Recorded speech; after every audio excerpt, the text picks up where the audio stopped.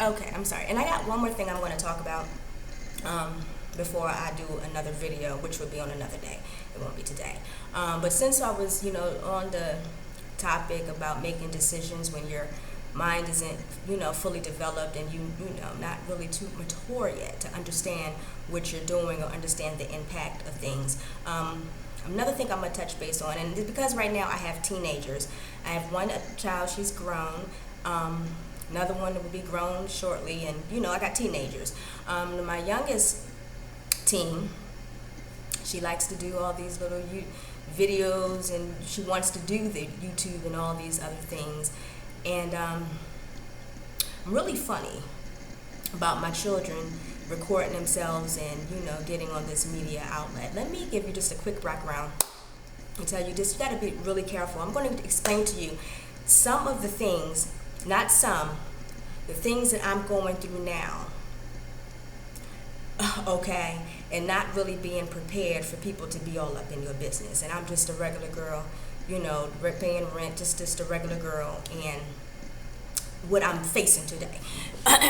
So, give you a small background. It was 7 years ago, 8 years ago.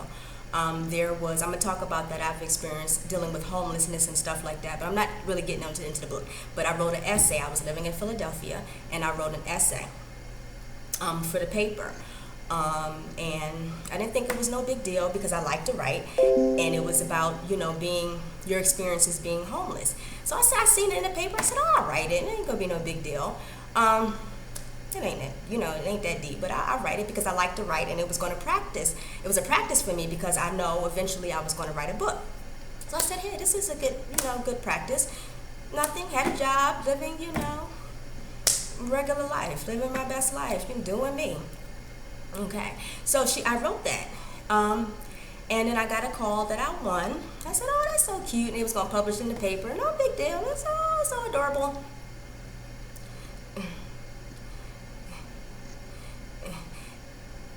It was adorable until they posted it on that paper. Then they posted it in the World News website, like throughout the whole United States. And then I was getting all these people coming to my social media pages and people from different countries. So I'm like, this is weird and strange. People from I'm talking about all different countries, Middle Eastern, all places in the world. So I said, let me do a little website. Because I'm going to write a book, so maybe this is the time for me to write a book. That's what I thought then with the In Prison with No Walls. So I did the book. I said I was going to write a book, had a website, MishaJohnson.com, and people were coming to my page, and I just wasn't really ready yet. I was just, just living, going to work, going to the corner store, just a regular girl. And I was attracting so many people to me that my life was no longer private. And you can Google, even if you Google my name today, you find all of some stuff that ain't mine but is attached to me that is not me. You find some addresses that used to be me. You find personal stuff about all this stuff, and I'm not a celebrity. I'm just a regular girl. Addresses, people going in my stuff. I'm able to be tracked. I get till this was in 2009 till 2017. I'm still stalked, and it's deep. And I'm just a regular girl, trying regular work. You apply for regular jobs, do the regular thing, and now my life is no longer the same. Okay, it's no longer the same. And so I'm gonna just go ahead and live my regular life. You gotta be careful about that. So when you Google me, you find all these different things. Some is false and some is true, but the point is that's my personal business. I have people stealing my identity. It's legal. So you got all of my information they got a whole timeline of my life. Who did that? Online, the whole timeline of my life. When you Google my name, I'm like, down to the zip code, it's just really deep. And I'm just a regular girl. It's just a little bit too deep. And then when you want to apply for jobs, they decide to Google you and find all this stuff, if people make up stuff, if they attach themselves to you, and it's not you, but they're attaching all this, it doesn't look too good. And once it's on the internet, it's on the internet. There's nothing, no laws protecting anything like this. So here you had just a regular girl in her regular life and don't know nothing else, to where she did one little essay, published it in a paper that big, and next thing you know, it's on world news, it's on this, and it's on, I mean, it was, to certain people, it's big to me because I got exploited. My privacy got invaded. Until this day, my life is never the same. It's never going to be the same anymore. You know, so I'd say that is speaking to, you know, when we make these decisions, and that wasn't a decision I made. I thought I was doing a good thing, talking about homelessness and how I came out of it and talking about the Lord, but other things happened. I'm gonna talk, that's gonna be in the book too, that some of the things that happened along the way after that, because I got so much attention that I wasn't looking for. I just thought I was doing something so innocent that it just wasn't a big deal. And I thought the big deal was going to be when I write the book, but the big deal came before the book, and it just caught me by surprise. It was just like a storm. And I'm still dealing with that. And my life is never the same.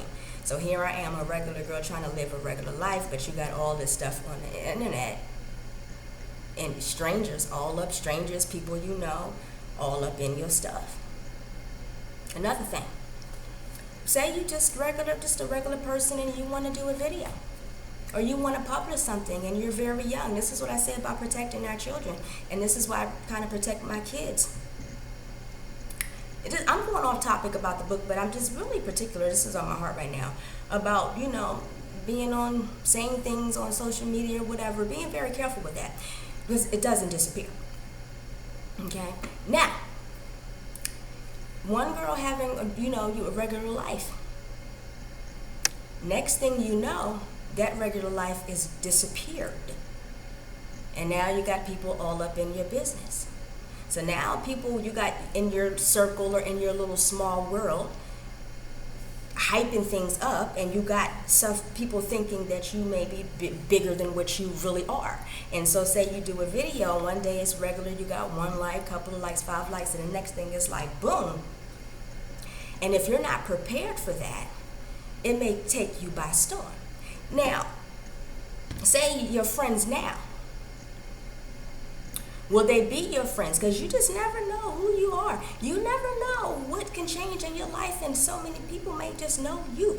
Mine didn't get that big, but it got big enough to where it affected my life a lot. But somebody could get just this really big. How are your friends? They may be cool now, but say you blow up, really blow up, and somebody came to them and said, listen, you know so-and-so, say your name is Linda. You know Linda? Yeah, I know Linda. You know her since, high school? Yeah. Tell me some stuff about her. No, I'm not going to do that. I'll pay you. Now, the person whom they want the information from, you don't know where they at in life, and they might be struggling, and they may need a check. You think people are going to be quiet and not tell your business for a check? People thirsty. I'm just telling you all I've experienced, and I didn't even get that big. I got locally. It was locally in a certain area. It just got out of control. But, it got that deep. What would people do just to be in the spotlight? And it'd be the ones that it'd be the ones that would throw $1. Are you prepared for that? You thinking because your persona is so good now and you're coming with a really good message. My message, was about homelessness and how I got saved and the Lord, and we shall overcome one day. And what happened after that wasn't so warm and welcoming. And so I'm just explaining this as I was talking about, you're not not listening, not understanding wisdom and thinking that you all got it, but if your life changed within the next hour, within the next day, are you prepared for that? Do you really have the people around you that are really good company? Will they sell you out for $1? You might not do that. But that don't mean if someone was really desperate and needed to pay their rent and the rent ain't on time, they may not sell you out and talk about a decision that you made when you were 16 when you regretted it and you thinking it's all past you. It's that deep. It's that serious. And so these are the things that I'm going to get to in my book to explain myself a little bit more clearly and explain my experiences and what I've been through that just kind of shocked the mess out of me and what I'm going through. Invasion of privacy, identity theft, and how, all my business is on the internet, on Google, and it's legal. Explain, there was a charge that I'm totally, don't break the, I'm in the legal system or something. So I'm gonna talk about that too as we move forward in this. But it's deep. It's deep. So check your surroundings, check your friends, make sure they're really good friends. Be careful about the decisions you make, because it may come back to haunt you. I'm just outspoken and I'm just always been bold. This is going to be my life. I'm going to talk about it anyway, and I was going to write a book, so I was going to talk about it anyway. But the point of the matter is, I was kind of in shock to see what people would do is for the thirstiness of it all. But we're going to keep this positive. We just got really deep. But yeah, just kind of be careful out there. And make sure you are ready. Make sure your friends, you talk to the people that you got surrounding you. Will you sell me out? They may say yeah, but they may be struggling one day and need that dollar and won't care about you because they got kids to feed too. We don't never think about stuff like that. I didn't think about anything like that. I didn't think an essay about Jesus and homelessness would do that to me.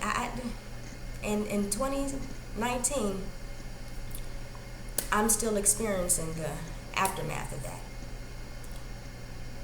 So it's that deep. The decisions we make. So moving forward, my next video, I'm going to go straight into the book. See you later.